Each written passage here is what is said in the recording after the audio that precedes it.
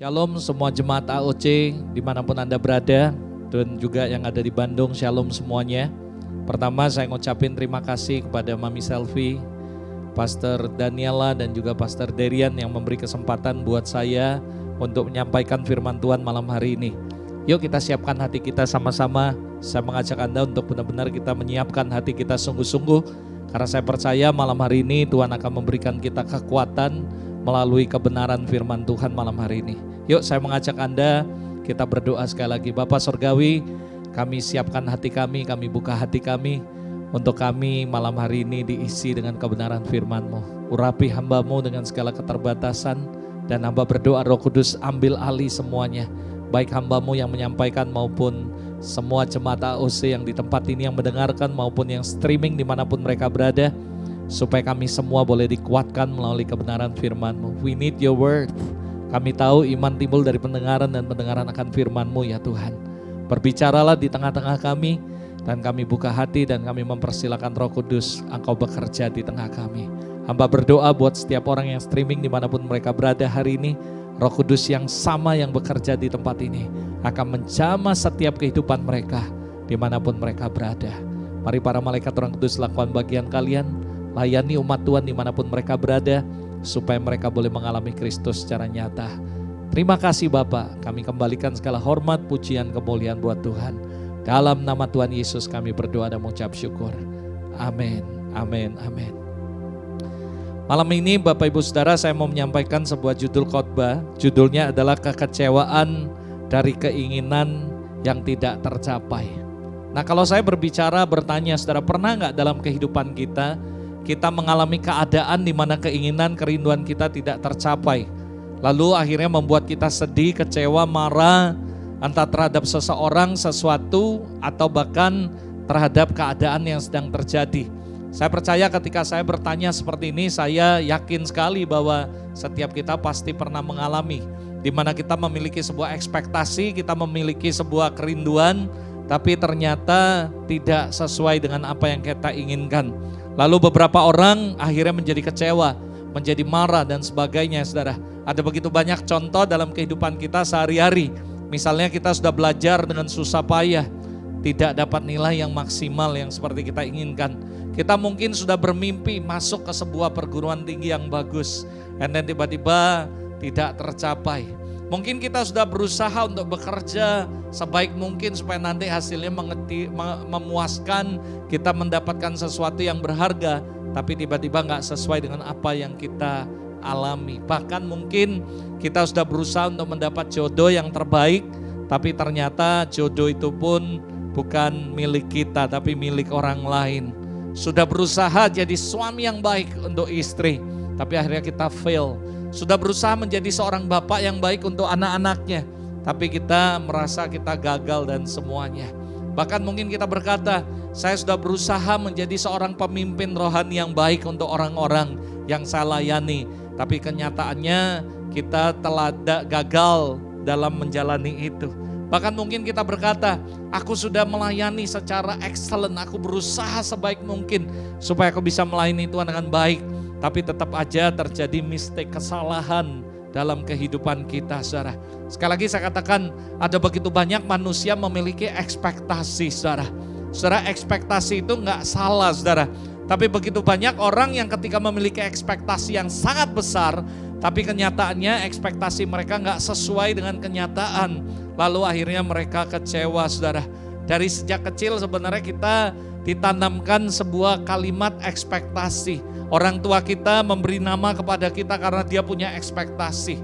Lalu ketika kita tumbuh besar, mereka juga punya ekspektasi. Dimasukin sekolah, mereka juga punya ekspektasi supaya kita nanti jadi orang pintar, berhasil dan seterusnya. Lalu kita juga naik menjadi dewasa, semua juga punya ekspektasi.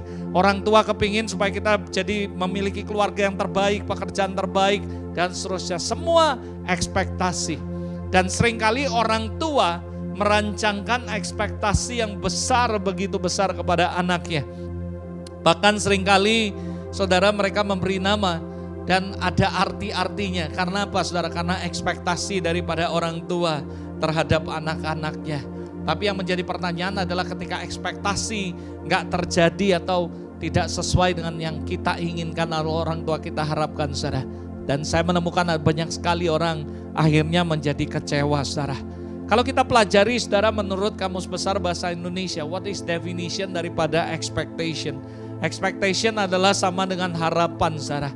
Jadi dilihat dari artinya secara umum, saudara, pengertian ekspektasi adalah harapan yang besar yang dibebankan terhadap sesuatu yang bisa memberikan dampak yang baik atau lebih baik.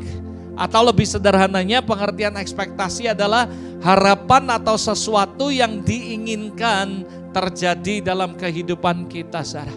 Saya tahu sebagai makhluk hidup yang berekspektasi, saudara, kita pasti akan membuat rencana untuk mencapai itu. Mulai dari sekolah kita, kerja kita, pasangan hidup, menikah, punya anak, semua sekali lagi gak lepas daripada yang namanya ekspektasi, saudara. Bahkan ketika kita menjalankan semua rencana itu untuk mendapatkan apa yang kita inginkan, kita menggunakan segala macam cara. Supaya gimana caranya ekspektasi itu berhasil. Bahkan beberapa orang memakai cara yang kurang baik, saudara. Yang penting apa yang kita harapkan, apa yang kita mimpikan terjadi, saudara. But my question, bagaimana kenyataannya ketika ekspektasi kita gak sesuai dengan apa yang kita inginkan. Dan kenyataannya malah gak sesuai dengan ekspektasi kita. Dan ada begitu banyak orang akhirnya jadi kecewa, sedih, terpukul, marah, saudara. Bahkan stres, saudara. Saya tahu, saudara, tidak salah memiliki sebuah ekspektasi. Tapi saudara harus mengerti satu hal. Ketika apa yang Anda ekspektasikan gak sesuai dengan apa yang Anda inginkan. Dan akhirnya Anda tidak boleh tetap jadi kecewa. Ekspektasi boleh ada, tapi Anda harus dengan legowo, saudara, dengan besar hati. Ketika ekspektasi gak sesuai dengan apa yang kita inginkan, kita harus siap menerimanya. Tetap mengucap syukur, sekalipun ekspektasi itu adalah ekspektasi yang baik, saudara. Ekspektasi yang rohani, saudara. Ayo kita belajar sama-sama untuk kita tetap bersyukur, saudara. Nah, malam hari ini ada beberapa kebenaran yang harusnya jadi kesadaran kita ketika kita nggak mendapatkan apa yang kita inginkan, saudara. I just want to share with you beberapa hal, poin penting yang Roh Kudus bicara dalam kehidupan saya, nak. Ketika Anda memiliki sebuah ekspektasi yang besar, and then tiba-tiba ekspektasi itu nggak sesuai, yang kejadiannya malah sebaliknya. Apa yang mesti Anda lakukan? Apa yang mesti Anda singkapi? Bagaimana respon kita?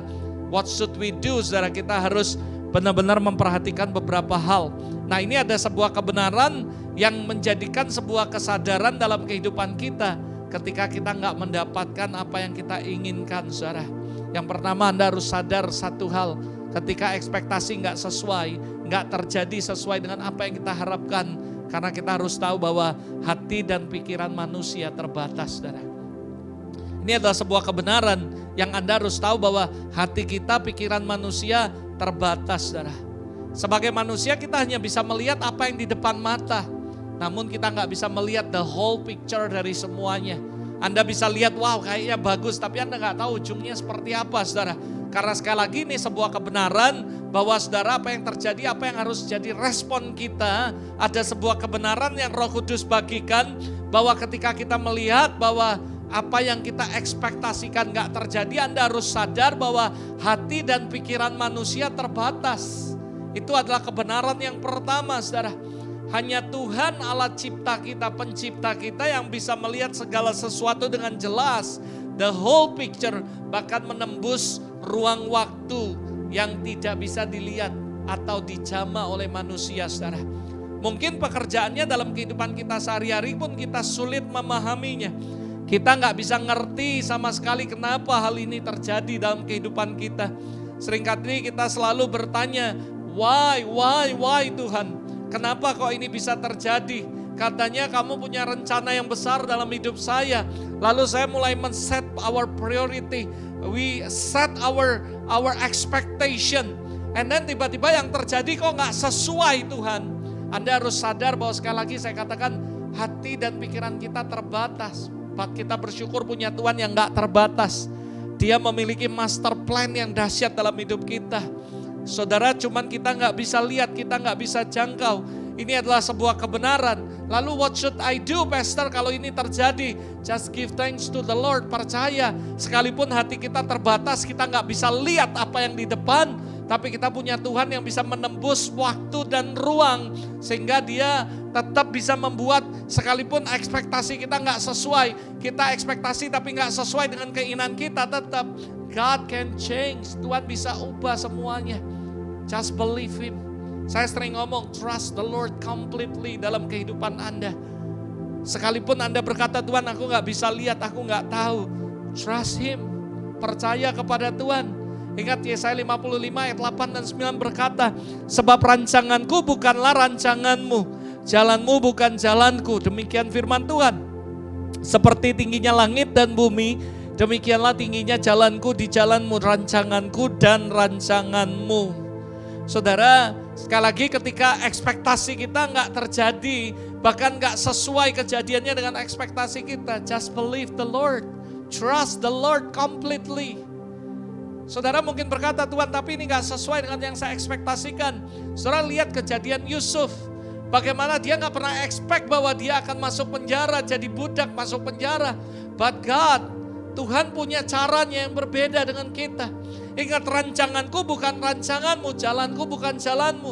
Bahkan pikiranmu dan pikiranku beda, kata Tuhan. Kita seringkali berkata, Tuhan aku gak ngerti. Memang saudara, pemazmur berkata siapa kita sehingga kita bisa mengerti pikiran Tuhan. Dan begitu besar pikiran Tuhan, kalau kita hitung, itu kayak menghitung pasir di pantai. Nobody know, tidak ada satu orang pun yang bisa mengerti pikiran Tuhan. Gak akan ada orang yang menyangka bahwa budak dan penjara adalah jalan Yusuf untuk mencapai apa yang Tuhan expect dalam kehidupannya. Saudara, kita gak pernah menyangka justru melalui proses, melalui penderitaan, melalui kegagalan, somehow that is the way yang Tuhan taruh dalam kehidupan Anda untuk Anda mengalami hal yang dahsyat bersama Tuhan. Nobody knows. Makanya Anda harus tahu ketika apa yang Anda ingin gak sesuai dengan ekspektasi Anda harus sadari benar bahwa pikiran kita, hati kita terbatas sebagai manusia. Itu sebabnya trust the Lord completely. Sekali lagi saya katakan buat Anda, trust the Lord completely. Jangan komplain sama Tuhan. Trust His heart. Karena Dia pasti merancangkan yang baik dalam kehidupan kita. Ini hal yang pertama yang harus Anda lakukan. Ketika Anda mengalami kejadiannya, hal yang terjadi dalam kehidupan saat ini gak sesuai dengan ekspektasi saya Tuhan. Jangan marah sama Tuhan, sadari. Memang karena kita gak pernah bisa melihat the whole picture dari apa yang Tuhan siapkan dalam kehidupan kita. Karena hati dan pikiran kita sangat terbatas sebagai manusia. Yang kedua saudara, kalau ini terjadi dalam kehidupan Anda. Yang kedua saudara, ini kebenaran yang harus Anda ngerti, bahwa mempercayai janji Tuhan tidak membuat segala sesuatu simsalabim jadi lebih mudah, saudara. Oh, ada begitu banyak orang percaya akan firman Allah, tapi percaya firman Allah gak membuat keadaan langsung berubah tiba-tiba, saudara. Ketika Anda mempercayai janji Tuhan, Anda mempercayai semua yang Tuhan janjikan dalam hidup Anda, tidak membuat langsung instan semua hidup Anda jadi mudah. Anda lihat the story of bagaimana Yusuf, saudara, ketika dia percaya dengan mimpinya dia, dengan janjinya Tuhan dalam kehidupan dia, tidak membuat segala sesuatu hidupnya langsung jadi baik. Yang pertama, dia dibuat iri, saudara. Ada kakak-kakaknya yang iri sama dia. Lalu ada kakak-kakaknya yang jahat mau membunuh dia, berbuat jahat dalam kehidupan Yusuf. Lalu saudara, Yusuf yang mempercayai janji Tuhan tidak membuat hidupnya langsung jadi mudah. Dia harus melaluinya jalan menjadi budak. Dari budak dia harus masuk penjara. Lalu baru saudara dia mengalami keajaiban Tuhan. Jadi saudara, Anda harus tahu sebuah kebenaran bahwa mempercayai janji Tuhan tidak membuat hidupmu simsalabim jadi enak, saudara. Ada proses. Katakan sama-sama, ada proses. Saudara, saya yakin saudara, firman Tuhan ya dan amin. Saya ngomong ini bukan berarti saya ngomong lalu kita gak perlu janji Tuhan, kita percaya, kita imani, kita pegang. No, gak seperti itu. Tapi saya mau memberitahukan sebuah kebenarannya, bahwa dengan mempercayai janji Tuhan gak langsung simsalabim hidupmu berubah. Akan ada proses sampai janji itu benar-benar jadi dalam kehidupan Anda. Tapi sekali lagi, I trust Apa yang Tuhan janjikan dalam hidup kita pasti jadi, gak ada satupun yang bisa gagalkan itu. Tapi saya mau nyadarkan setiap kita semua sama-sama untuk belajar bahwa percaya janji Tuhan gak membuat keadaan kita langsung berubah instan. Itu yang harus kita ingat. Sekali lagi perlu kita ingat, keadaan tidak berubah langsung seketika ketika kita percaya. Karena kita tetap akan mengalami proses perjalanan, the journey of faith dalam hidup kita. That's my point. Poin saya bukan saya gak percaya janji Tuhan, saya sangat percaya. Bahkan semua janji Tuhan dalam hidup saya tidak akan batal. Demikian janji Tuhan dalam hidup Anda gak akan batal. But, kamu harus ngerti kebenarannya bahwa tidak membuat keadaanmu langsung simsalabim, langsung berubah. Kita harus tetap jalani proses. Amin, saudara. Semua tetap seperti itu, tidak ada yang berubah. Kita tetap bisa mengalami hal yang gak enak. Bahkan itu adalah bagian dari sebuah perjalanan untuk menggenapi janjinya. Bahkan orang yang sudah diberkati seperti Ayub pun tetap mengalami proses kembali.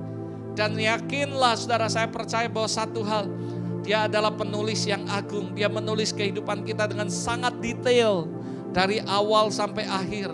Dan yang saya tahu cuma satu, semua perjalanan Tuhan, dan Tuhan tulis buku tentang hidup Anda.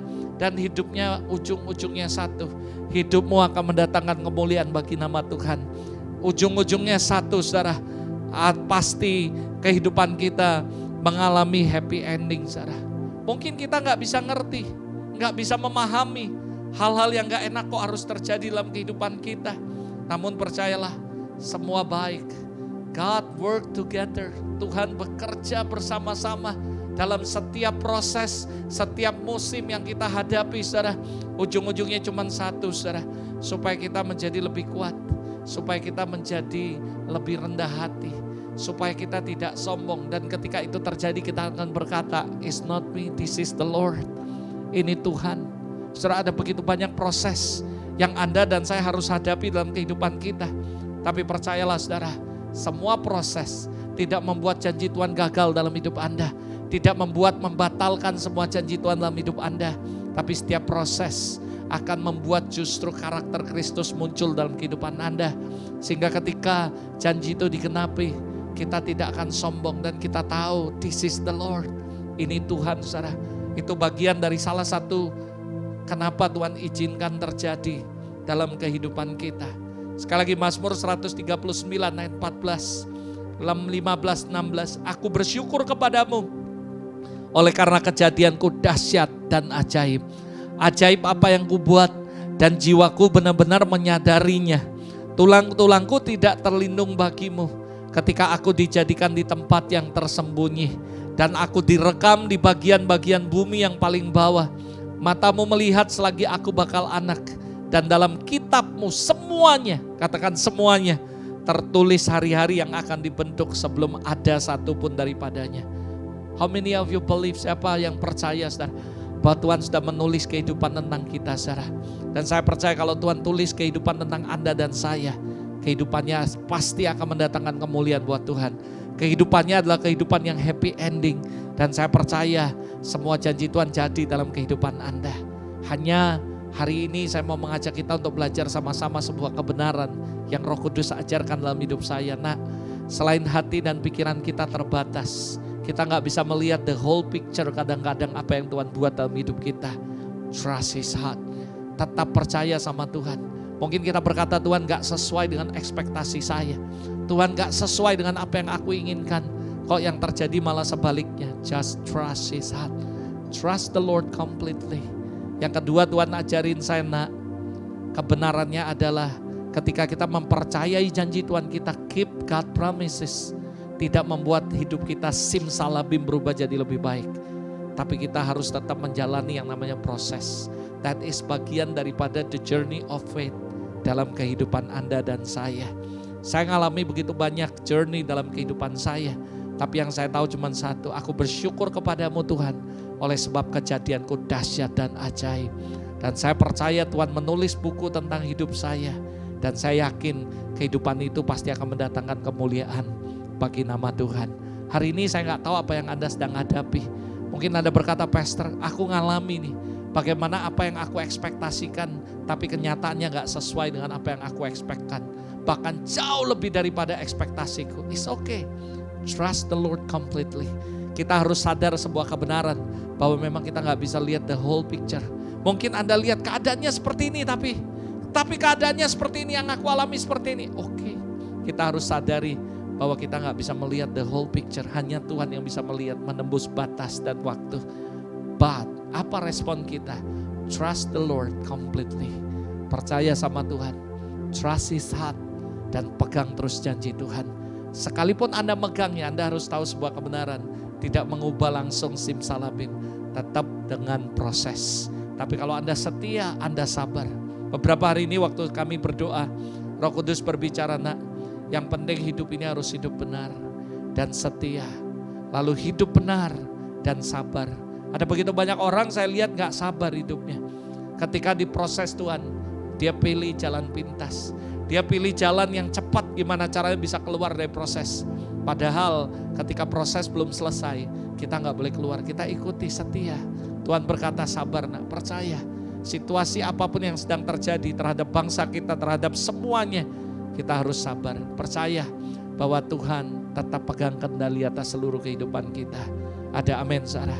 Hal yang ketiga, ini yang Roh Kudus remind me bahwa apa yang Anda harus lakukan. Anda harus ngerti beberapa kebenaran ketika ekspektasi gak sesuai dengan apa yang Anda harapkan, saudara.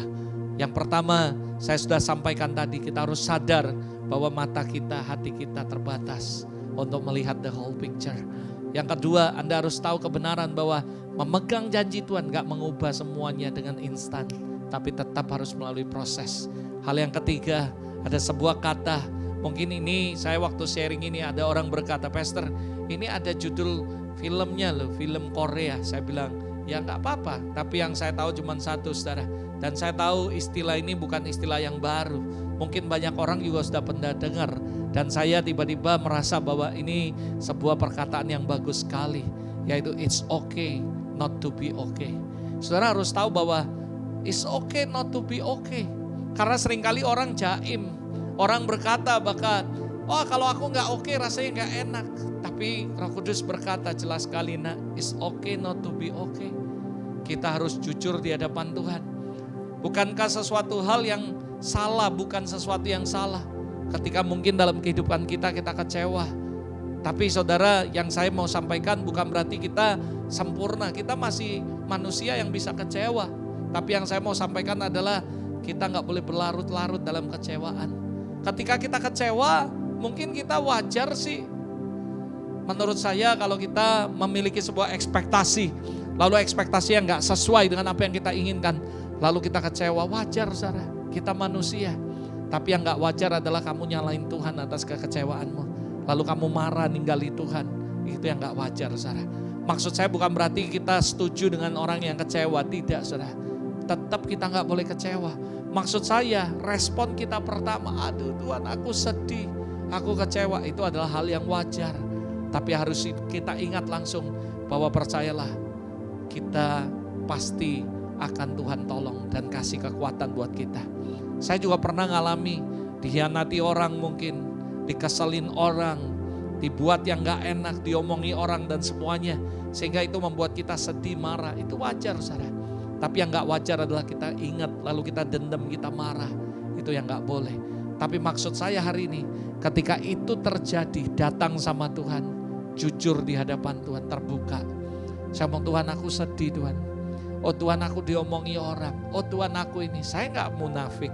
Saya bilang saya kecewa. Tetapi Tuhan, saya lebih memilih Engkau Tuhan. Dan saya memilih untuk tetap tidak kecewa. Saya memilih untuk mengampuni mereka. Saya memilih untuk mengampuni. Saya kecewa. Kita gak usah malu sama Tuhan. Makanya Tuhan berkata, nak, it's okay not to be okay. Hari ini saya mau sampaikan buat Anda. Kalau Anda berkata, wah kalau aku gak oke, rasanya gak oke. No, it's okay not to be okay. Akui di hadapan Tuhan, jujur di hadapan Tuhan. Hati kita mungkin hancur, remuk, gak apa-apa. Nangis di hadapan Tuhan. Asal jangan nangis di depan orang, lalu mulai ngomongi, gosipi orang. Aduh orang ini buat aku gini, gak perlu saudara. Anda cukup berseru sama Tuhan. Mazmur 34 ayat 18. Apabila orang-orang benar itu berseru, maka Tuhan mendengar dan melepaskan mereka dari kesesakan. Mungkin ketika kita mengalami kesesakan dalam hidup kita, it's okay not to be okay. Ngomong sama Tuhan, berseru sama Tuhan. Mungkin ada berkata, Tuhan aku ngalami yang gak enak dalam hidupku, Tuhan aku dikecewain orang. Gak apa-apa. Tapi habis itu Anda ngomong, Tuhan aku memilih because of you, because of your word. Aku memilih untuk mengampuni mereka. Aku memilih untuk tidak kecewa. Aku memilih untuk gak marah. Aku memilih untuk tidak berdendam. Itu yang benar saudara. But it's okay not to be okay. Ngomong sama Tuhan. Ayat 19 ini encourage buat kita. Dikatakan Tuhan dekat dengan orang yang patah hati. Dan Ia menyelamatkan orang-orang yang remuk jiwanya. Ketika hati kita patah, kecewa, kita sedih, kita marah oleh karena kejadian apapun dalam hidup kita. Kita datang kepada Tuhan dan berseru. Maka saya percaya Tuhan dekat dengan orang yang patah hati. But after that, jangan berlarut-larut dengan kekecewaan dan kesedihan. Tapi berkata Tuhan, aku memang kecewa, aku memang sedih, aku memang marah Tuhan. Tetapi aku memilih karena Engkau, karena firman-Mu. Aku memilih untuk mengampuni mereka. Aku memilih untuk tidak dendam. Aku memilih untuk bangkit dan tidak mau kecewa. Ada amin saudara. Ini sebuah kebenaran yang Tuhan berkata, nak, ketika kamu sedang nangis, sedang sedih, sedang apa, enggak apa-apa. Karena Roh Kudus akan memberi penghiburan. Roh Kudus akan memberi kekuatan. Karena saya percaya salah satu fungsi daripada Roh Kudus yaitu memberikan penghiburan, memberikan kekuatan bagi setiap yang membutuhkan. Hari ini kalau Anda mengalami yang enggak enak dalam hidupmu, Anda berkata, Pastor, aku banyak sekali dikecewakan orang. Aku banyak sekali diomongi orang, difitnah orang. Bahkan orang berbuat jahat dalam kehidupanku. It's okay not to be okay. Datang ke Tuhan dan berseru sama Tuhan. But after that, saudara, ambil sebuah keputusan berkata, Tuhan, because of you, aku memilih untuk mengampuni mereka. Aku memilih untuk melepaskan pengampunan. Aku memilih untuk tidak sakit hati. Aku memilih untuk tidak marah dan membalaskan semuanya. Tapi aku melepaskan blessing buat mereka. Dan saya percaya ini yang Tuhan mau dalam kehidupan kita, saudara. Sekali lagi saya katakan, it's okay not to be okay. Jangan malu, saudara. Kalau Anda berkata, Tuhan, aku ini lagi gak enak, aku ini ngalami gak baik. It's okay, nak. Tuhan mengerti. Karena saya percaya Allah peduli. Allah mengerti setiap persoalan yang Anda hadapi. Ketika Anda sedang sendiri, Anda dihianati, Anda ngalami yang gak baik dalam hidup Anda, percayalah. Tuhan selalu ada bersama Anda. It's okay, nak, not to be okay. Datang kepada Tuhan. Bukankah Tuhan berkata, mari datang kepadaku semua engkau yang letih lesu dan berbeban berat. Aku akan memberi kelegaan kepadamu. It's okay not to be okay. Karena Tuhan pasti akan memberi kelegaan dalam kehidupan Anda. Hari ini dimanapun Anda berada, kalau Anda mengalami hal-hal seperti ini, jangan datang kepada siapapun. Datang kepada Tuhan. Berseru sama Tuhan. Dan nangis sama Tuhan. Cry out to the Lord. Cry out. Cry out. Ngomong, Tuhan aku ngalami gak enak. Tapi setelah selesai datang dan berseru sama Tuhan, saudara harus mengambil sebuah keputusan untuk tidak membalas dengan sakit hati marah. Tapi merespon dan berkata, Lord, forgive them. Ampuni mereka. Ada amin, saudara. Saya yakin sekali. Saya pernah membaca sebuah tulisan, dibilang gini tulisannya, saya kutip. God is too wise to be mistaken. God is too good to be unkind. So when you don't understand, when you don't see His plan, when you cannot trace His hand, trust His heart. Saudara, ketika saya baca ini saya berkata, iya sih, Tuhan itu terlalu sangat bijaksana untuk membuat sebuah kesalahan. Dia terlalu baik untuk tidak berbuat kebaikan. Dan ketika kita gak bisa ngerti apa yang Dia rencanakan, ketika kita gak bisa melihat rencananya, kita gak bisa memegang tangannya mungkin, saudara, tapi kita percaya hatinya. Karena saya percaya Tuhan gak pernah merancangkan yang jelek dalam kehidupan Anda. Ada amin, saudara. Seorang puitis menulis, dia berkata, ketika aku minta kepada Tuhan setangkai bunga segar, Ia memberi aku kaktus berduri. Aku minta kupu-kupu, diberi ulat berbulu. Aku sedih dan kecewa. Namun Aku berdoa dan berseru sama Tuhan. Ini yang saya sampaikan tadi. Ketika Anda mengalami ekspektasi gak sesuai dengan kenyataan. Mungkin Anda minta setangkai bunga segar, Tuhan kasih kita kaktus berduri. Engkau mungkin minta kupu-kupu tapi dikasih ulat bulu, saudara. Kamu sedih, kecewa. Namun saudara, ketika kamu datang sama Tuhan, Tuhan memberi pengertian. Tiba-tiba kaktus yang dikasih berduri itu tiba-tiba berbunga indah sekali, saudara. Lalu ulat berubah menjadi kupu-kupu yang sangat cantik, saudara. That is the way, itulah jalan ilahi, indah pada masanya.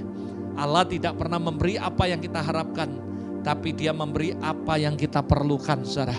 This is the word yang Tuhan berikan dalam kehidupan saya. Nah, aku gak pernah beri yang apa kalian harapkan, tapi aku memberikan apa yang kalian perlukan. Saudara, berbeda. Seringkali kita berdoa minta dan kita declare sama Tuhan, Tuhan, Engkau akan mencukupi semua keperluanku di dalam kekayaan dan kemuliaan. Saya yakin, percaya, lihat, dengar baik-baik. Ayat ini berkata bahwa Tuhan akan mencukupi semua yang kamu perlukan, bukan yang kamu inginkan.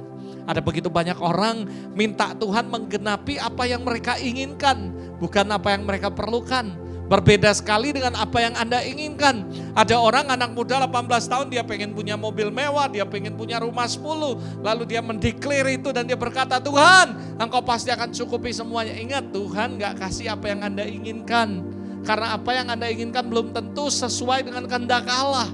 Tapi Allah pasti akan memberikan apa yang kita perlukan, saudara. Karena Alkitab ngomong bahwa aku akan mencukupi segala yang kamu perlukan, saudara, bukan yang kamu inginkan. Karena kalau Tuhan ngomong, aku kasih apa yang kamu inginkan, bahaya, saudara. Semua inginnya aneh-aneh, saudara. Jadi saya percaya bahwa ada begitu banyak orang mungkin ke mall, lihat mobil mewah, lalu dia berkata, jadi milik saya. Itu yang kita inginkan, saudara. Tapi belum tentu itu yang kita perlukan saat itu. Saya nggak ngomong berarti nggak bisa. Depend on your faith. Maybe orang berkata tergantung iman, pastor. Saya bilang ya whatever. Semua masing-masing punya pandangan, pendapat. Tapi saya pelajari bahwa Tuhan berkata, aku nggak memberi apa yang kamu harapkan. Aku memberi apa yang kamu perlukan. Karena seringkali apa yang kita harapkan, apa yang kita inginkan nggak sesuai dengan keinginan Tuhan. Kalau nggak sesuai nggak jadi, saudara. Tapi kalau kita yakin sekali bahwa ini adalah keinginan Tuhan, tanpa Anda minta pun Dia akan kasih, saudara. Karena Dia selalu mencukupi segala keperluan kita, bukan keinginan kita. Jadi sekali lagi, saudara, mungkin ekspektasi kita gak sesuai dengan apa yang kita harapkan, saudara. Tiba-tiba kita mengharapkan ini, ekspektasinya gak sesuai. Kita jangan marah. Ada kebenaran-kebenaran yang harus kita tahu, saudara. Jadi sekali lagi, kalau kita sedih, kecewa, terluka, saudara harus ingat satu, bahwa hati dan manusia punya pikiran terbatas. Memang kita gak bisa lihat semuanya. Jadi kita gak tahu mana yang benar kadang-kadang, saudara. Kita pikir jalan ini benar, ternyata salah, saudara. Ingat, orang berkata, banyak orang yang menyangka, oh jalannya bagus, ternyata ujungnya maut. Ada orang yang mengangka jalannya sempit, penuh duri, penuh proses. Tapi that is the way yang Tuhan mau dalam hidup kita. Dan kita lihat ujungnya adalah kemuliaan, saudara. Kita kepinginnya jalan tol terus dalam hidup kita, enak. Saudara, saya yakin sekali, saudara. Alkitab berkata bahwa kita akan terus jadi kepala bukan ekor. I'm agree 100%. Tapi ingat, untuk menjadi kepala, untuk menjadi atas, ada proses yang harus kita lalui. Itu yang gak boleh kita lupakan, saudara. Lihat Ayub bagaimana Tuhan bawa dia ngalami tinggi sekali. And then tiba-tiba dia ngalami proses yang begitu berat. Dari punya harta yang paling kaya, orang yang paling kaya di Ur-Kasdim, tiba-tiba gak punya apa-apa dan sakit borok, saudara. Dari kepala sampai kaki. Tapi saudara, apa yang terjadi setelah itu? Tuhan mulihkan dan dia kembali dipakai Tuhan luar biasa. Abraham juga ngalami, semua ngalami. Dan saya percaya, saudara, that is the way yang Tuhan mau dalam hidup kita, saudara. Karena kadang-kadang kita gak bisa menyelami apa yang Tuhan pikirkan. Kita gak bisa menyelami apa yang Tuhan rencanakan dalam hidup kita. Tapi minimal, trust the Lord completely. Ketika kita gak bisa lihat, kita gak bisa tahu secara whole picture semuanya. Trust the Lord completely. Ada amin, saudara. Lalu Anda harus tahu sebuah kebenaran bahwa ketika Anda percaya firman Allah, gak langsung membuat keadaan Anda simsalabim jadi indah, jadi bagus. Tetap ada proses. Lalu yang ketiga, kebenaran Anda harus ngerti bahwa ada sebuah kebenaran, nah it's okay not to be okay. Jadi kalau Anda sekarang lagi ngalami gak oke dalam hidupmu, it's okay. Jangan malu, datang sama Tuhan, berseru sama Tuhan. Mungkin waktu Anda datang sama Tuhan nangis-nangis, orang-orang melihat Anda dan merendahkan Anda, it's okay. Barang siapa direndahkan, Tuhan akan tinggikan, saudara. I believe that. Jangan malu sama Tuhan, datang. Tuhan itu dekat dengan orang yang patah hati, remuk hati. Ketika Anda datang dengan segala kehancuran Anda, dan Anda datang kepada Tuhan dengan hati yang hancur, hati yang tulus. Saya percaya Alkitab berkata, Dia akan memberikan kelegaan. Dia akan memberikan jalan keluar buat Anda. Ada amin, saudara. Bahkan saudara, saya mengajak Anda untuk kita belajar sama-sama. Tokoh-tokoh Alkitab juga ngalami, tidak semua keinginan mereka dikabulkan. Jadi hari ini kalau keinginanmu gak dikabulkan Tuhan, jangan marah. Ada begitu banyak orang yang marah ketika dia meminta sama Tuhan, dia berekspektasi, dia berdoa, bahkan puasa dan sebagainya. Dan tiba-tiba keinginannya gak dikabulkan Tuhan dan mereka marah. Padahal hari ini saya mau mengajak Anda untuk belajar tokoh-tokoh Alkitab yang luar biasa. Anda bahkan mengagumi mereka. Mereka pun pernah berdoa dan tidak dikabulkan. Jadi kalau hari ini kita berdoa gak dikabulkan, kita berdoa mengharapkan sesuatu, ekspektasinya gak sesuai dengan apa yang kita harapkan, it's okay, jangan marah sama Tuhan. Apalagi kecewa, apalagi sampai meninggalkan Tuhan, saudara. Kenapa? Karena begitu banyak tokoh di Alkitab, mereka juga mengalami hal yang serupa, saudara. Yang pertama kita mau belajar sama-sama, learn from the story of Abraham. Abraham pernah memiliki sebuah keinginan yang ia sampaikan kepada Tuhan, tetapi keinginannya tidak tercapai, saudara. Abraham adalah bapak orang beriman, dia punya iman yang luar biasa, dijuluki Father of Faith, bapak orang beriman. Saudara, suatu hari Tuhan berjanji kepada Abraham, berjanji kepada istrinya juga, bahwa yang sudah tua ini tetap akan melahirkan anak. Namun janji Tuhan itu gak kunjung datang. Padahal waktu itu Abraham sudah 99 tahun. Dan Sarai istrinya 90 tahun. Bahkan Alkitab mencatat dengan jelas bahwa Sarah sudah mati haid. Seperti yang Anda ketahui, karena tidak ada harapan lagi untuk melahirkan ketika seorang ibu, seorang wanita mati haid, saudara. Karena itulah Abraham berdoa. Dia berdoa, apa yang menjadi doanya? Dia sampaikan keinginannya supaya Ismail saja yang diberkati menjadi anak perjanjian. Alasannya logis, karena Abraham berpikir sebentar lagi dia mati dan mungkin dia gak akan kunjung punya anak. Apalagi Sarah sudah mati haid. Menurut saya apa yang diargumentasikan kepada Abraham sangat make sense, logis, saudara. Dia ngomong, Tuhan, kiranya Ismail jadi anak perjanjian dan berkati dia, Tuhan. Dia berseru sama Tuhan, tapi Tuhan menolak dan Tuhan tidak mengabulkan itu, saudara. Bayangkan bapak orang yang beriman aja ketika dia berdoa, tapi doanya gak sesuai dengan keinginan Tuhan, gak akan dikabulkan. Jadi kalau kita berdoa, doa yang kita sampaikan gak sesuai dengan kehendak Tuhan, itu wajar gak dikabulkan, saudara. Dan ini terjadi dalam kehidupan Abraham. Dan Tuhan bilang tidak, Tuhan tidak mengabulkannya. Kejadian 17, 18, 19. Abraham berkata kepada Allah, sekiranya Ismail diperkenankan hidup di hadapanmu. Tapi Allah berfirman, tidak, melainkan istrimu Sarah yang akan melahirkan anak laki-laki bagimu. Dan kau akan menamai dia Ishak. Dan aku akan mengadakan perjanjianku dengan dia, menjadi perjanjian yang kekal untuk keturunannya. Perhatikan baik-baik, gak semua keinginan kita dikabulkan sama Tuhan. Abraham bapak orang beriman punya keinginan, Tuhan, aku minta biar Ishak diberkati jadi anak perjanjian. Saudara, Abraham orang benar, bahkan orang yang sangat beriman. Dan dia menurut saya juga logis ngomong bahwa dia sudah tua, Sarah sudah mati haid. Biar izinkan ini Tuhan. Lalu mungkin kita berkata, Tuhan jahat. Sudah kondisinya udah payah pun Tuhan gak kabulkan doanya. Tuhan gak pengertian banget. No, saudara, kenapa? Itu yang saya sampaikan, ada 3 kebenaran tadi, saudara. Yang pertama, hati dan pikiran kita gak bisa melihat jauh ke depan. Ada batasan-batasan yang kita bisa lihat, tapi kita gak bisa lihat the whole picture daripada semua kehendak Allah. Allah melihatnya. Abraham melihat cuman Sarah sudah mati haid, itu yang dia lihat. Makanya dia berdoa, Tuhan kabulkan keinginanku, biar Ishak jadi anak perjanjian. Tapi Tuhan bilang no. Kenapa? Karena kita terbatas melihat. Tapi Tuhan sudah melihat bahwa next Sarah akan melahirkan, kasih nama Ishak, saudara. Jadi saudara, sekali lagi saya katakan berbeda sekali. Kita melihat semuanya dengan batasan-batasan. Tapi Tuhan tidak ada batasan, dia bisa menembus waktu, menembus ruang dan waktu. That is our God. Itu sebabnya saya katakan trust the Lord completely. Abraham bapak beriman, tapi dia juga tidak dikabulkan Tuhan keinginannya. Jadi hari ini kalau kamu berdoa sama Tuhan, minta-minta kamu udah beriman, udah imannya kayak Abraham, lalu tidak dikabulkan, jangan marah, jangan baper, apalagi kecewa sama Tuhan saudara. Tapi Anda harus trust the Lord completely. Karena ingat, hati dan pikiran kita terbatas, tapi Tuhan tidak terbatas, dia bisa lihat ke depannya seperti apa. Just trust his heart, percaya hatinya Tuhan. Trust the Lord completely. Yang kedua, kita bisa belajar dari learn from the story of Moses.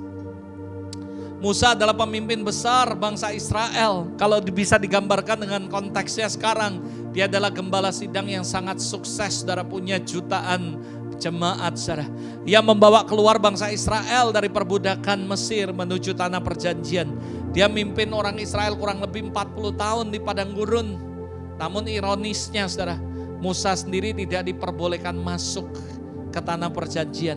Ia cuma mengantar bangsa Israel sampai ke perbatasan tanah perjanjian. Musa memang hanya diperintahkan Tuhan naik ke gunung Nebo, hanya memperbolehkan melihat tanah perjanjian di sekitar gunung itu, dari atas gunung, tetapi tidak boleh memasukinya. Kemudian akhirnya Musa mati di atas gunung tersebut. Jadi dia menyeberang sungai Yordan hingga masuk ke tanah perjanjian. Bangsa Israel dipimpin oleh Yosua, abdi Musa, menggantikan Musa sebagai pemimpin Israel. Sebenarnya saudara, Musa sendiri berdoa agar kiranya dia diperbolehkan masuk ke tanah perjanjian. Namun Tuhan menolak juga keinginannya. Saudara jangan berpikir, oh memang tugas Musa cuman sampai situ lalu dilanjuti kayak estafet. Tapi Musa sendiri memang gak mau, salah saudara. Musa kepingin masuk saudara, dan dia menyampaikan permohonan itu. Tapi permohonannya tidak dikabulkan. Ulangan pasal 3 ayat 23, 25, 26 berkata seperti ini. Juga pada waktu itu aku mohon kasih karunia daripada Tuhan demikian. Ayat 25. Biarlah aku menyeberang dan melihat negeri yang baik di seberang sungai Yordan, tanah pergunungan yang baik itu dan gunung Libanon. Ayat 26. Tapi Tuhan murka terhadap aku oleh karena kamu dan tidak mendengar permohonanku. Tuhan berfirman kepadaku, cukup, jangan lagi bicara perkara itu dengan aku. Saudara, ada kalanya ketika kita berdoa meminta sebuah keinginan sama Tuhan, lalu Tuhan bilang cukup, jangan ngomong lagi tentang itu. Saudara, bukan berarti Tuhan jahat, saudara.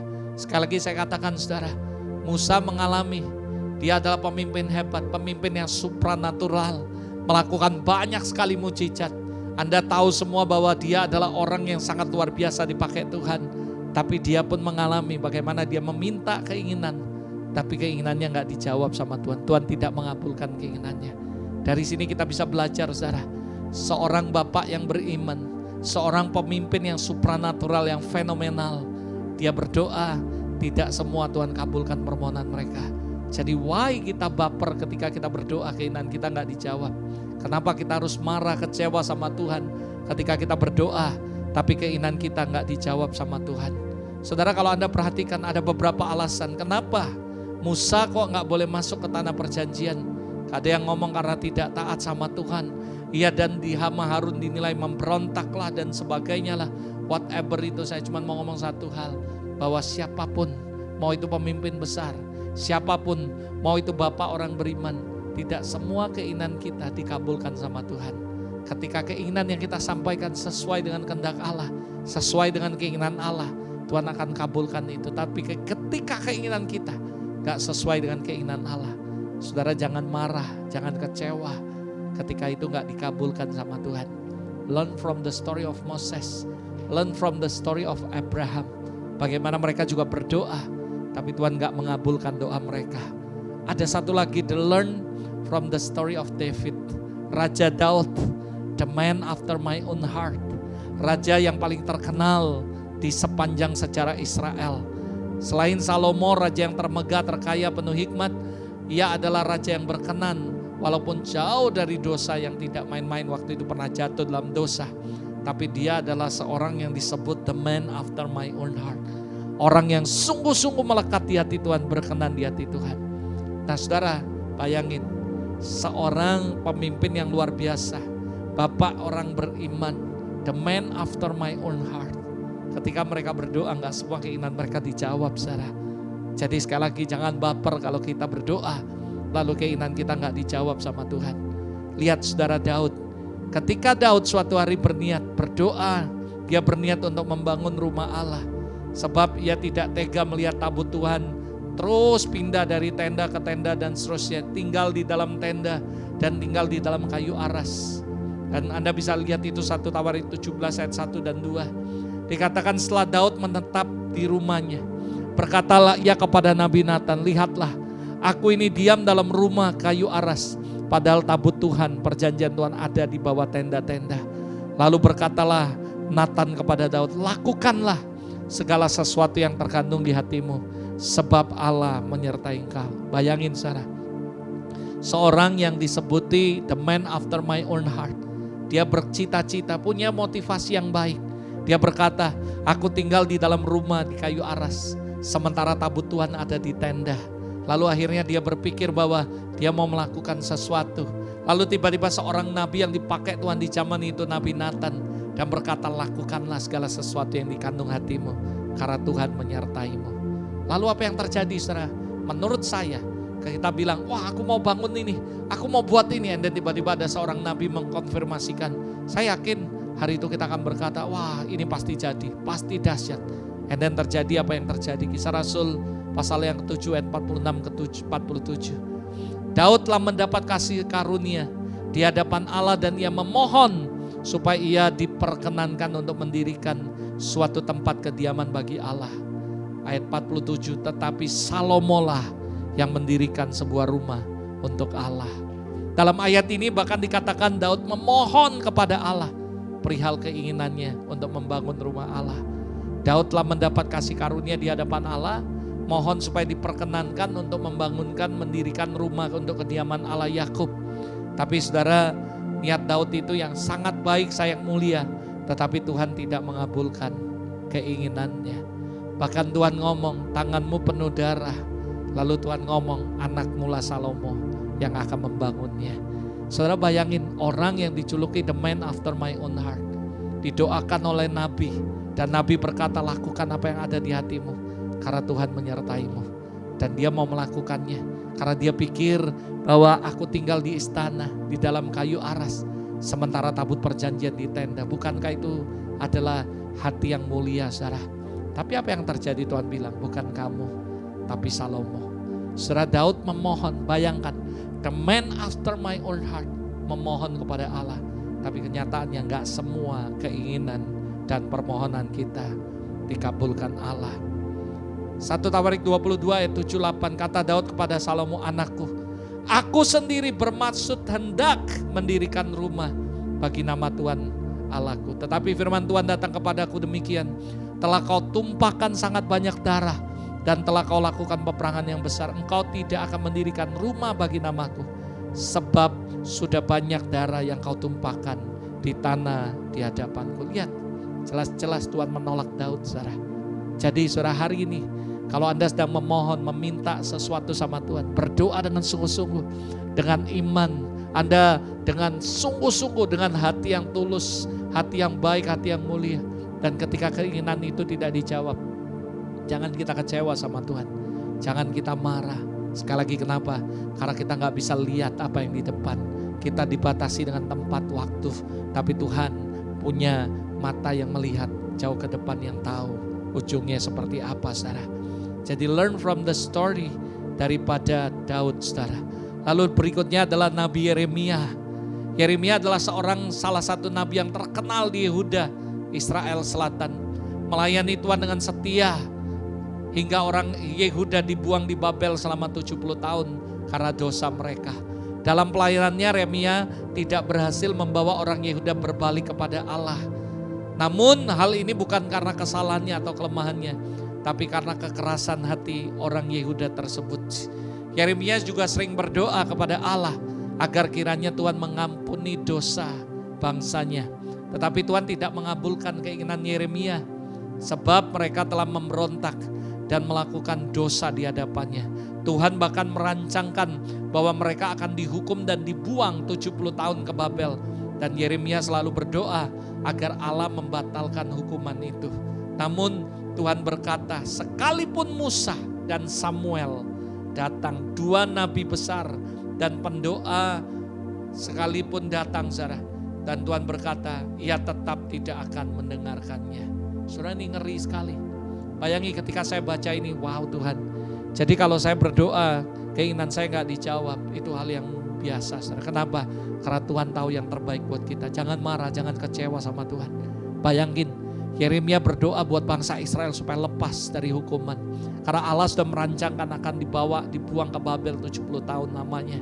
Dan Yeremia berdoa terus supaya Tuhan membatalkannya. Tapi ini yang membuat saya kaget, saudara. Yeremia 14 ayat 21. Janganlah engkau menampik kami oleh karena namamu. Janganlah engkau menghinakan tata kemuliaanmu. Ingatlah perjanjianmu dengan kami. Janganlah membatalkannya. Yeremia 15 ayat 1, saya kaget sekali. Tuhan katakan, Tuhan berfirman kepada Yeremia, sekalipun Musa dan Samuel berdiri di hadapanku, hatiku tidak akan berbalik kepada bangsa ini. Usirlah mereka dari hadapanku, biarlah mereka pergi. Dengar, Yeremia seorang nabi besar. Dan dia berdoa supaya Tuhan membatalkannya. Tapi Tuhan bilang enggak, saudara. Bahkan Tuhan berkata, sekalipun Musa dan Samuel berdiri di hadapanku, hatiku enggak berbalik kepada bangsa ini. Yeremia bisa aja kecil hati. Dia berdoa sungguh-sungguh untuk kebaikan orang lain, kebaikan bangsanya. Tuhan, aku berdoa bukan keinginanku, untuk kepentingan orang lain. Tapi Tuhan enggak jawab. Kenapa? Karena Tuhan yang tahu yang terbaik untuk orang lain itu. Jadi ketika Anda berdoa untuk seseorang dan doamu gak dijawab Tuhan, jangan marah. Kenapa? Karena tergantung orangnya juga. Dan Tuhan sudah membuat keputusan yang bulat. Dan ketika Tuhan buat keputusan bulat, Tuhan berkata, sekalipun Musa dan Samuel berdiri di hadapanku, Tuhan tidak akan menjawab, tetap saudara. Jadi sekali lagi, I just remind you, kalau Anda dan saya ngalami sesuatu, jangan kecil hati, jangan marah. Kalau kita ngalami sesuatu yang membuat kita marah, kecewa, itu hal yang biasa. Doa kita gak dikabulkan, keinginan kita gak dikabulkan, jangan marah sama Tuhan. Apalagi kecewa, saudara. Ada amin, saudara. Paulus juga ngalami bagaimana 2 Korintus 12 ayat 7-8. Dan supaya aku jangan meninggikan diri karena pernyataan-pernyataan yang luar biasa, maka aku diberi sesuatu duri di dalam daging, yaitu seorang utusan iblis untuk mengocok aku, supaya aku jangan meninggikan diri. Tentang hal itu aku sudah 3 kali berseru kepada Tuhan supaya utusan itu mundur daripadaku. Saudara, apa yang terjadi? Sekalipun dia berdoa 3 kali, 2 Korintus 12 ayat 9 berkata, tetapi jawab Tuhan kepadaku, cukuplah kasih karuniaku bagimu, sebab justru dalam kelemahanlah kuasaku menjadi sempurna. Sebab itu terlebih suka aku bermegah di atas kelemahanku, supaya kuasa Kristus turun menaungi aku. Saudara, walaupun Paulus adalah rasul yang terbesar di Alkitab, namun ketika keinginannya dia berdoa, keinginannya gak dikasih. Bahkan dia berdoa 3 kali dia katakan, tapi tetap saudara keinginannya gak terjawab, saudara. Jadi sekali lagi, kalau Anda ngalami bahwa Anda berdoa keinginanmu gak dijawab, itu hal yang biasa. Jangan marah, apalagi kecewa sama Tuhan. Yang setuju katakan amin. Yang terakhir saudara, kita bisa belajar, lalu saya akan tutup. Learn from the story of Jesus. Yesus sendiri anak Allah yang hidup, yang berkenan. Bahkan Tuhan Yesus selama di dunia, dia juga adalah manusia yang memiliki kehendak dan perasaan. Di Taman Getsemani dia pun sebenarnya punya kehendak untuk meminta agar cawan ini dilalukan. Namun ujungnya dia tetap berkata, it's not my will but your will be done. Semuanya kita tahu ayat ini. Bahkan ketika di salib, dia mengatakan, Eloi, Eloi, lama sabachthani. Allahku, mengapa engkau meninggalkan aku? Di sana pun kita melihat bahwa Yesus sebenarnya memiliki keinginan agar dia tidak ditinggal oleh Bapaknya. Tetapi saudara, karena dosa, sekali lagi ada sebuah hukum bahwa kekudusan tidak bisa menyatu dengan dosa. Sehingga apa yang terjadi saudara? Karena dosa yang ditanggungnya, yaitu dosa Anda dan saya, sehingga Bapa harus terpisah daripada Yesus. Hari itu Yesus berkata, Tuhan, kenapa engkau tinggalkan aku? Tapi saudara, Alkitab mencatat sekalipun Yesus berdoa seperti itu, Bapa memalingkan mukanya. Kenapa? Bukan Bapa tidak mendengarkan keinginannya, tapi ada satu hukum, yaitu hukum dosa dan kudus tidak bisa bersatu. Sehingga keinginan Yesus gak bisa dijawab oleh Bapaknya. Biasanya setiap kali Yesus minta apapun kepada Bapaknya, Bapaknya selalu melakukannya. Dan terjadi saudara, hari itu Yesus memberikan contoh. Yang pertama, dia berdoa, Bapak kalau boleh lalukan cawan ini daripadaku. Dia punya keinginan, dia berdoa nyampaikan keinginan kepada Bapaknya. Makanya Tuhan bilang, nah it's okay not to be okay. Yesus pernah mengalami ketakutan, Yesus pernah mengalami stres. Di Getsemani adalah titik terendah yang dialami oleh Yesus. Dia berkata, aku ini takut kayak rasanya mau mati. Berjaga-jaga sama aku. Lalu dia nangis, dia berdoa sampai pelunya pecah, pembuluh darahnya pecah. Dan apa yang terjadi, Yesus berkata, Bapak kalau boleh lalukan cawan ini daripadaku. Tetapi bukan kehendakku, tapi kehendakmu. Apa yang terjadi? Tuhan gak kasih kehendak Yesus, tapi kehendak Bapaknya yang jadi. Yaitu apa? Tidak dikabulkan. Dan yang terakhir di kayu salib, dia bertanya, Tuhan kenapa kau meninggalkan aku Bapak? Dan Bapak tetap meninggalkan Yesus dan memalingkan mukanya. Itu sebabnya hari ini I just remind you. Hari ini kalau Anda berdoa, Anda melakukan banyak hal yang ajaib. Bayangkan saudara, dengar baik-baik. This is my message yang saya mau sampaikan sebagai conclusion dan tutup. Sekalipun Bapak orang beriman, sekalipun pemimpin yang besar, sekalipun raja yang terkenal, bahkan dijuluki the man after my own heart, nabi besar Israel, rasul besar, bahkan Jesus sendiri, Yesus Kristus sendiri. Ada kalanya keinginan mereka pun tidak tercapai dan tidak dikabulkan oleh Bapa Surgawi. Namun mereka semua tidak menjadi kecewa. Bagaimana dengan Anda saudara? Sekali lagi saya katakan, even Bapak orang beriman, pemimpin besar Israel yang melakukan banyak hal yang supranatural, raja yang terkenal bahkan the man after my own heart, nabi besar, rasul besar, bahkan dirinya sendiri, Yesus Tuhan sendiri. Keinginan mereka ada kalanya tidak dijawab oleh Bapa. Keinginan mereka kadang-kadang tidak dikabulkan sama Tuhan. Tapi mereka tidak menjadi kecewa. How about you? Bagaimana dengan Anda? Hari ini dimanapun Anda berada, I just want to remind you. Kalau Anda berdoa, minta sesuatu, Anda berdoa untuk apapun, tapi keinginan Anda belum dijawab, trust the Lord completely. Jangan marah, apalagi sampai kecewa dan meninggalkan Tuhan. Karena percayalah, kita terbatas dalam melihat, tapi Tuhan gak pernah terbatas. Karena dia bisa menembus waktu, dia bisa menembus ruang, dia tahu the whole picture buat Anda. Dia tahu yang terbaik buat Anda. Anda harus sadar sebuah kebenaran, bahwa ketika kita mempercayai janji Allah, kita pegang janji Allah, tidak membuat serta-merta kehidupan kita berubah secara instan. Tapi kita harus tetap menjalani proses, the journey of faith dalam hidup kita. Dan kita juga harus mengerti, it's okay not to be okay. Karena Tuhan ada di tengah-tengah orang yang hancur hati, remuk hati. Bahkan dikatakan, saudara dengar baik-baik, datanglah kepadaku semua engkau yang letih, lesu, yang hancur, yang berbeban berat. Aku akan memberi kelegaan kepadamu. Hari ini dimanapun Anda berada, apapun yang sedang alami, yuk datang sama Tuhan. Angkat tanganmu dan pejamkan mata. Saya mengajak Anda kita bangkit beri bersama-sama di tempat duduk Anda dimanapun Anda berada. Angkat tanganmu sama-sama. Thank you Lord. Terima kasih Tuhan, terima kasih Tuhan.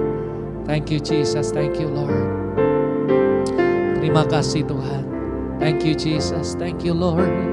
Kau kuatkan aku bertahan. Kau harapan dalam kesesakan. Kau buktikan kesetiaan-Mu Tuhan. Engkau Allah Immanuel. Kau kuatkan aku bertahan. Kau harapan dalam kesesakan. Kau buktikan kesetiaan-Mu Tuhan, Engkau Allah Immanuel. Mari angkat tanganmu sama-sama di hadapan Allah. Hari ini aku berdoa untuk setiap umat-Mu dimanapun mereka berada hari ini Tuhan. Malam ini hamba-Mu sudah selesai berbicara, tapi aku percaya Roh Kudus Kau akan terus berbicara dalam hati mereka. Jamah setiap hati umat-Mu dimanapun mereka berada. Hari ini Tuhan, kalau kami sedang mengalami yang gak baik dalam hidup kami mau datang, kami mau berseru, kami mau nyatakan semua isi hati kami. Tapi kami juga memilih Tuhan, kalau setiap kami mungkin dikecewakan, kami dibuat orang, disakiti orang, dibuat kesal sama orang. Hari ini kami memutuskan untuk kami melepaskan pengampunan. Kami memutuskan untuk tidak marah, tidak kecewa. Sekalipun kami berdoa kepada Engkau, bahkan puasa berseru-seru, tapi keinginan kami gak dijawab. Hari ini kami belajar Tuhan, sekalipun seorang nabi besar, pemimpin besar, raja yang hebat, bahkan nabi yang besar, rasul yang besar, bahkan dirimu sendiri Yesus, gak semuanya keinginan daripada Engkau Tuhan dan juga hamba-hamba-Mu dijawab oleh Bapa. Itu sebabnya hari ini kami mengucap syukur untuk apa yang kami pelajari hari ini.